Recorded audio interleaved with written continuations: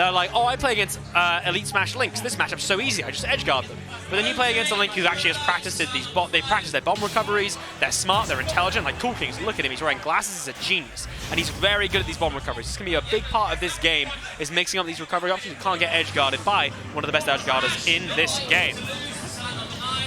All right. And immediately we see Coolkingz flanking Nair with T-Jolt. So you can see that he's had to try and learn this matchup. Up air bridges will probably be pretty good at this as well. You can see Ricochet kind of fishing for those in the beginning. Here come the back air combos. He's got no jump. Ooh, he's put him off stage now. This is the situation where Ricochet can really benefit. But of course, as we saw, as you said, these nairs are going to be so important in neutral. Pikachu likes to have, I have a one-button neutral. I press the neutral button, and you lose. However, with a character like Link, you do have that nair that can go through, which gives you an extra mix-up. But off stage again, or immediately, but Ozmax back to stage, all safe right now. And the ledge trap, see anything through. Yeah, and it's really difficult for Link right now to set up his zone just because of how powerful and oppressive T-Jolt is against zoners in general. The fact that it just clanks with everything, the fact that it's so fast, makes it really difficult to set up that game. But Coolkingz is still trying, and he's still got this sitting pretty even, all things considered. You mentioned the T-Jolt, you mentioned Pikachu's movement that's really good against going against zoners, but also that up B. The up B, having the hitbox is so important.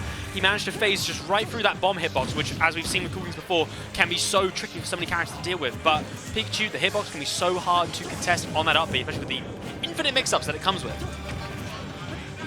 All right, and a weak nair's not going to take it. We've seen a little bit of pancaking on that forward air, but the second one will hit. Nice call out from Coolkingz on these jumps Ricochet has been liking to do out of the corner. And this is the point where it's going to be a little bit tricky, right? Link has a very strong nair and good disjoints. Once he gets this lead, it might be a little bit tricky for Pikachu to actually get in. They are a little bit of a stubby boy, if I'm going to be rude about them, despite their incredible characteristics elsewhere. Ooh, but that F smash being not stubby at all, the dash back calling it right there, and there we see. These bomb recoveries are so important playing as Link. It gives you so many mix-ups, so you don't have to just jump and up B immediately and you're going to get back air for free. Very well played by Coolkingz there. Never seen him miss one of those attacks in his life. Yeah, and I really like the way...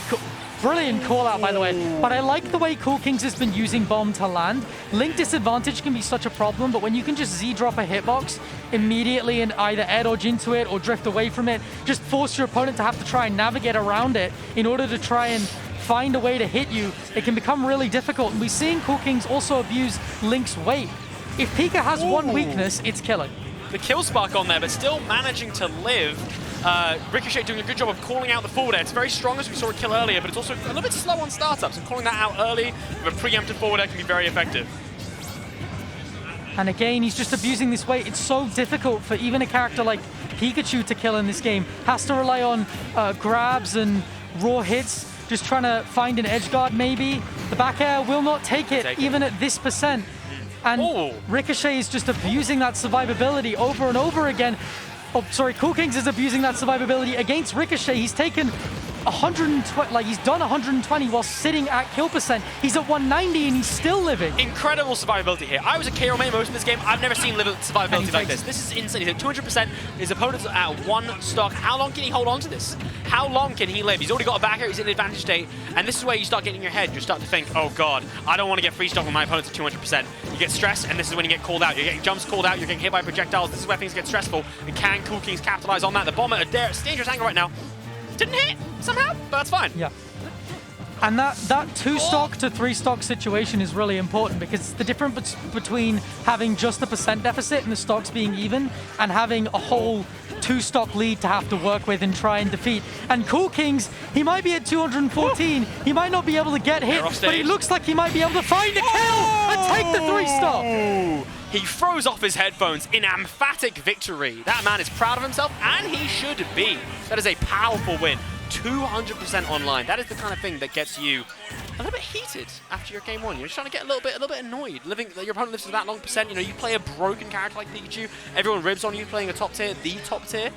But you play against someone and you can't kill them at that percent. That's gonna stop bothering you. And I think we might be seeing that going a little bit forward. Maybe we'll see some adaptation by Ricochet. Perhaps, you know, maybe going for some more strong kill moves. But then again, you might just get punished.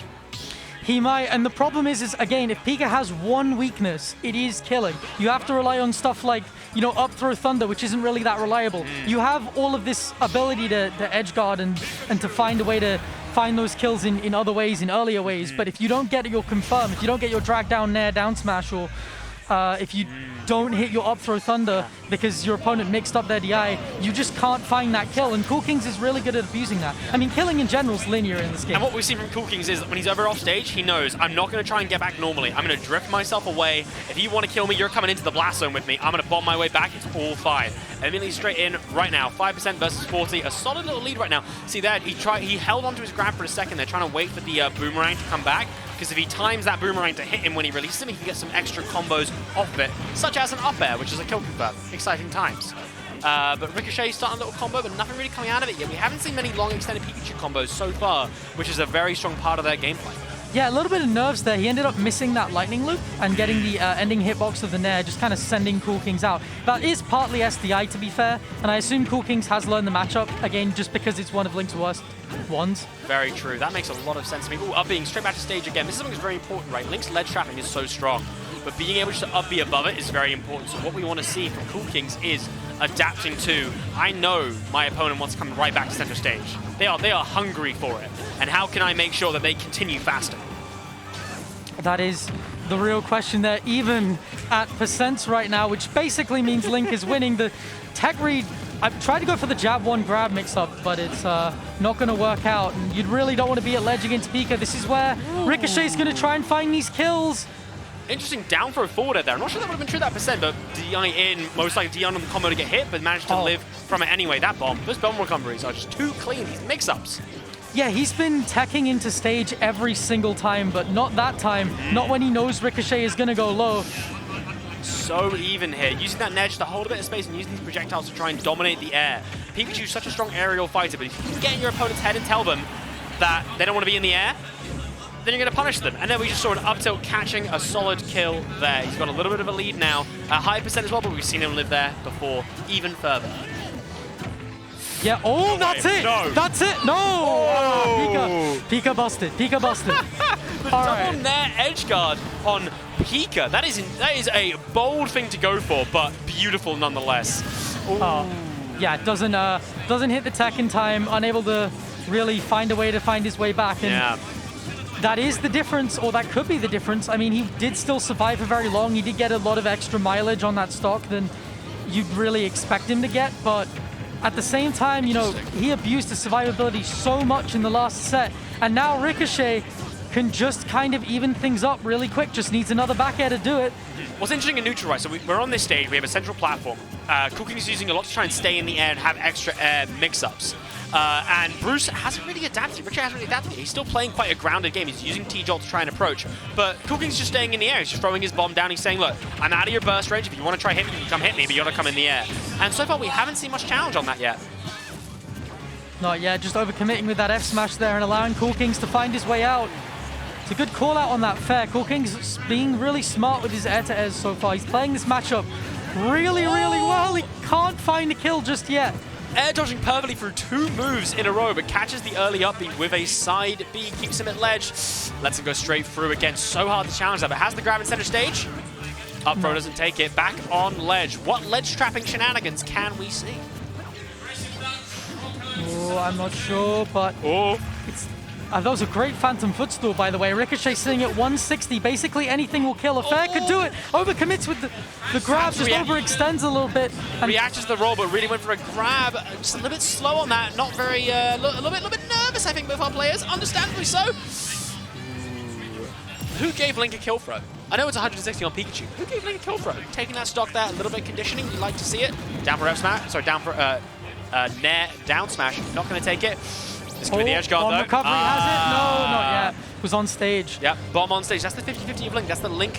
That's the Link paradox. You know, you want to have bomb on stage to do your weird Z-drop stuff, but if you ever get caught off stage without bomb, your recovery becomes terrible, and that is a situation that we saw Ricochet take advantage of. Beam.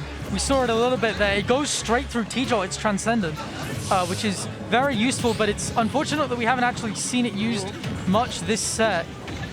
Oh, catching a double jump there. Nearly gets the dash attack. That probably would have been very dangerous. Tried to go under the stage, but he couldn't make it. Can we have some sad faces in chat? A side B without a jump there. Probably didn't realize his jump was caught out, or maybe just accidentally pressed side B.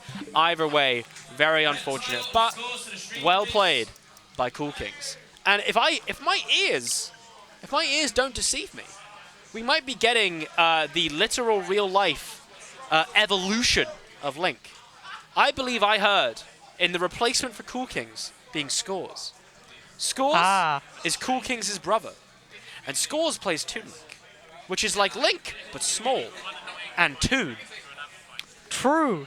He's small, so he's harder to hit. True. Toon Link isn't exactly like Link. Obviously, the bombs are very, very different.